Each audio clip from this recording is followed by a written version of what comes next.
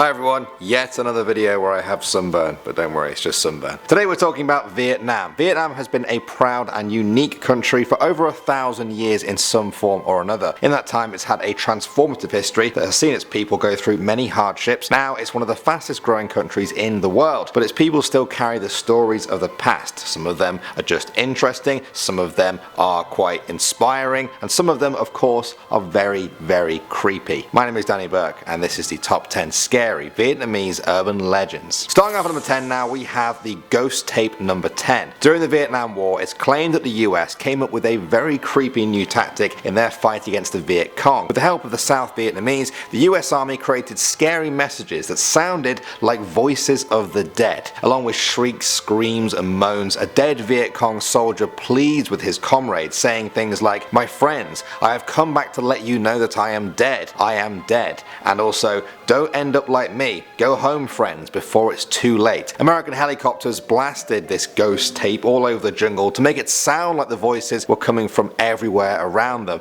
This was intended to do more than just scare them. The US Army was playing on the strongly held Vietnamese belief that the spirits of the dead are doomed to walk the earth in their own personal hell if their bodies are not found and properly buried. It was hoped that this fear could be instilled in the Viet Cong and convince them to give up the fight or meet the same fate as the ghostly voices. Next up at number 9 now, we have the pregnant ghost. In December 2001, a house caught fire in Saigon which took the life of 7 family members. The fire started in the early morning and quickly engulfed the first floor, which was also a showroom for the family's motorbike shop. People living nearby were woken up by the smell of burning plastic tires. The family tried to escape but found the only way was through the balcony. One by one people jumped down, but then a pregnant woman stepped forward onto the balcony. She was the daughter of the owners. The upper floor wasn't that high, so everybody urged her to just jump, but she was too scared. She stepped back from the balcony towards the flames and was never seen again. By the time the fire was put out the next day, the pregnant woman could not be found. In the years since then, locals swear that on certain nights you can see the ghost of the pregnant woman standing there on the balcony, even though she is already dead. They say you can see the fear in her eyes as she looks down at the ground, clutches her baby and steps back into the flames that went out years ago. Moving on to number 8 now, we have apartment 727. This building used to be a symbol of luxury in Saigon, the tallest millionaire residence they called it. It's divided into 6 blocks with 530 rooms, but despite the grand plans of the past, it now lies almost completely abandoned. Simple reason might be people believe it's haunted. In the 1960s there were a lot of US officers living there. Now locals claim they see military ghost parades and the shadow of a blonde American soldier holding hands with a Vietnamese girl. They believe this is down to the spirit of the 4 virgins in the building. The legend goes that during the construction of the hotel, everything was going smoothly until the last floor of the building, where many deaths and accidents just kept occurring. The owners stopped construction for 3 days to set up an altar. People say they were advised by a Chinese exorcist to bring in the bodies of 4 virgin women. They then buried the bodies in the 4 corners of the building in order to exorcise whatever demon or curse was holding up construction. It seemed to work and the building was completed, but locals say that this act is the exact reason the building is so haunted today. No soul wants to live there anymore. Moving on to number 7 now, we have the Batutut. Every country seems to have some sort of Bigfoot story.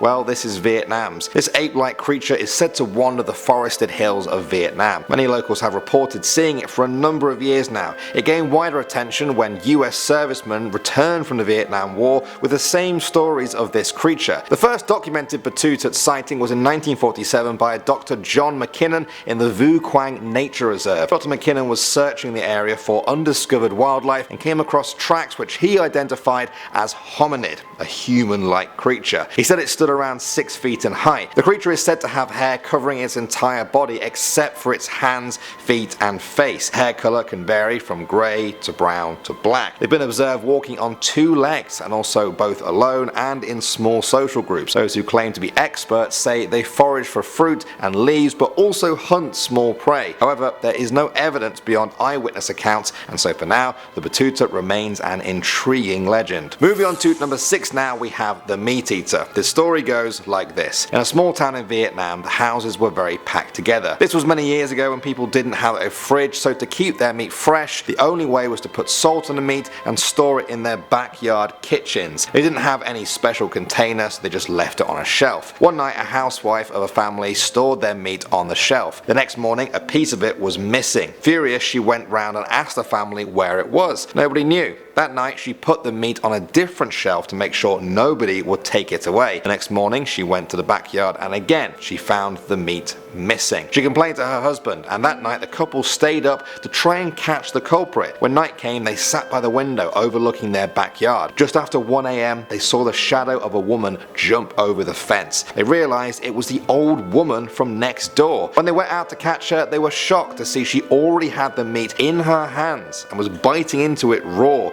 with a crazed look in her eyes. She looked possessed and was tearing the meat apart with sharp teeth and fangs. After finishing up the meat, she leapt back over the fence. The next day, they confronted the old woman's family about what had happened. They refused to believe their grandmother could ever have done this. The next day, the couple had to leave town for some business, so they left their 1-year-old baby at home with a babysitter. They returned around 1 a.m. just in time to hear a loud scream coming from the baby's room. They rushed upstairs to find their worst fears had come true. They had left no meat in the backyard that night, and so the possessed old woman had climbed into the room and was now biting on the baby's arm, her face pale and fangs dripping. They attacked her, and so she jumped out of the window. The whole village helped to hunt the old woman down. They eventually found her on top of a house. They tried but failed to get her down and decided the only way was to burn the building down. The old woman now transformed into her demonic form. She laughed and laughed until the roof collapsed from the fire and she fell into the flames, letting out a blood-curdling evil scream and then silence, only the crackling of wood. The next day, all they found in the ashes was a very small skull. The old woman's family had already disappeared, leaving the village with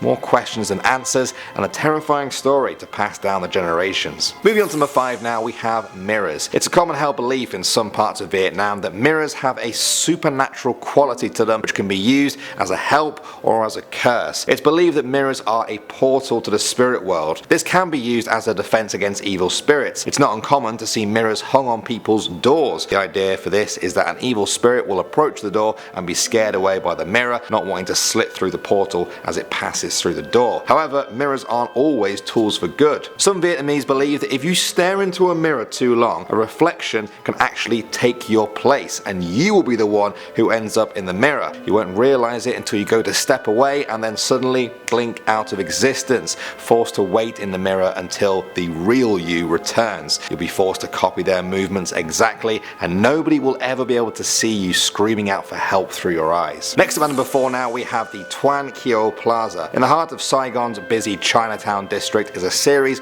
of 3 towers. Each one stands 33 floors tall. Buildings A and B are completely deserted, and Building C has just a few people living there. During its construction in the late 1980s, some of the workers died due to poor safety standards. No compensation was offered to the families, and so one of them put an ancient curse on the site called a low ban. The accidents and problems only got worse from then. People blamed it on the curse. Then the ghost stories started coming. One involved a taxi driver who got a call from one of the abandoned buildings. He went anyway, but when he arrived at the place, it was of course completely empty. He called the girl on the other end of the phone, but all he could hear was heavy breathing and muffled screams. He drove away, terrified. When he asked local people about it, they said it was most likely the ghost of a girl who was murdered by her boyfriend on the site in 2005. There are many stories like this, only adding to just how deserted and creepy this plaza really is. Moving on to number 3 now, we have the lonely ghosts. There is a belief among some people in Vietnam that if people die alone, they will stay near where they died as ghosts because nobody was there to guide their spirits to the afterlife. They could have died alone on a road, maybe their family didn't even know of their death, or a person may have just died with no family at all, like an orphan. If someone had a violent death, as spirits they'll be mischievous, not always evil but often violent. September November is known as the ghost month of Vietnam, and during that whole time you can see people burning paper money in rusty buckets in the hopes of appeasing the lonely ghosts. Next up at number 2 now we have the Tao Dan Park. This 10-hectare park in Saigon is beautiful by day,